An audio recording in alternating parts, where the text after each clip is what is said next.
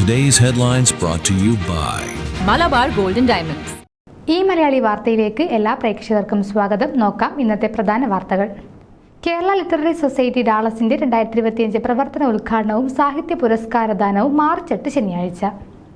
Malankara Orthodox സഭയുടെ north east American ഭദ്രാസന family and youth conference registration kick off February 23 ഞായറാഴ്ച Mount Olive Saint Thomas Malankara Orthodox പള്ളിയിൽ ആരംഭിച്ചു.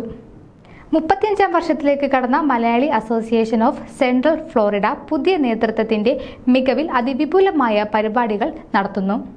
KC ഷിക്കാഗോയുടെ പുതിയ ഗോൾഡീസ് കോർഡിനേറ്ററായി കുര്യൻ നെല്ലമറ്റവും സീനിയർ സിറ്റിസൺ കോർഡിനേറ്ററായി മാത്യു പുളിക്കത്തൊട്ടിയിലെയും തിരഞ്ഞെടുക്കപ്പെട്ടു. കേരള അസോസിയേഷൻ ഓഫ് ന്യൂജേഴ്സി സംഘടിപ്പിച്ച ചെസ് ടൂർണമെന്റ് അഭൂതപൂർവമായ വിജയമായി. ഫെഡറൽ വിദ്യാഭ്യാസ വകുപ്പ് അടച്ചുപൂട്ടുന്ന ഉത്തരവിൽ പ്രസിഡന്റ് ഡൊണാൾഡ് ട്രംപ് വ്യാഴാഴ്ച ഒപ്പുവെക്കുമെന്ന് വോൾ സ്ട്രീറ്റ് ജേണൽ റിപ്പോർട്ട് ചെയ്തു. ഫോമ നേതൃത്വത്തിലേക്ക് മാത്യു വർഗീസ്, അനൂസ് കറിയ, ടീമിന് പിന്തുണയുമായി നേതാക്കൾ.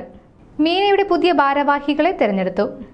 വേൾഡ് മലയാളി കൗൺസിൽ ഫിലാഡൽഫിയ പ്രൊവിൻസിന്റെ മദേഴ്സ് ആൻഡ് ഫാദേഴ്സ് ഡേ 2025 ആഘോഷ പരിപാടികൾ ജൂൺ 7-ന്. ട്രംപ് ധനസമാഹരണത്തിൽ ശ്രദ്ധ കേന്ദ്രീകരിക്കുമ്പോൾ ആഗോള നേതൃത്വം റഷ്യയും ചൈനയും കൈയടക്കുന്നു.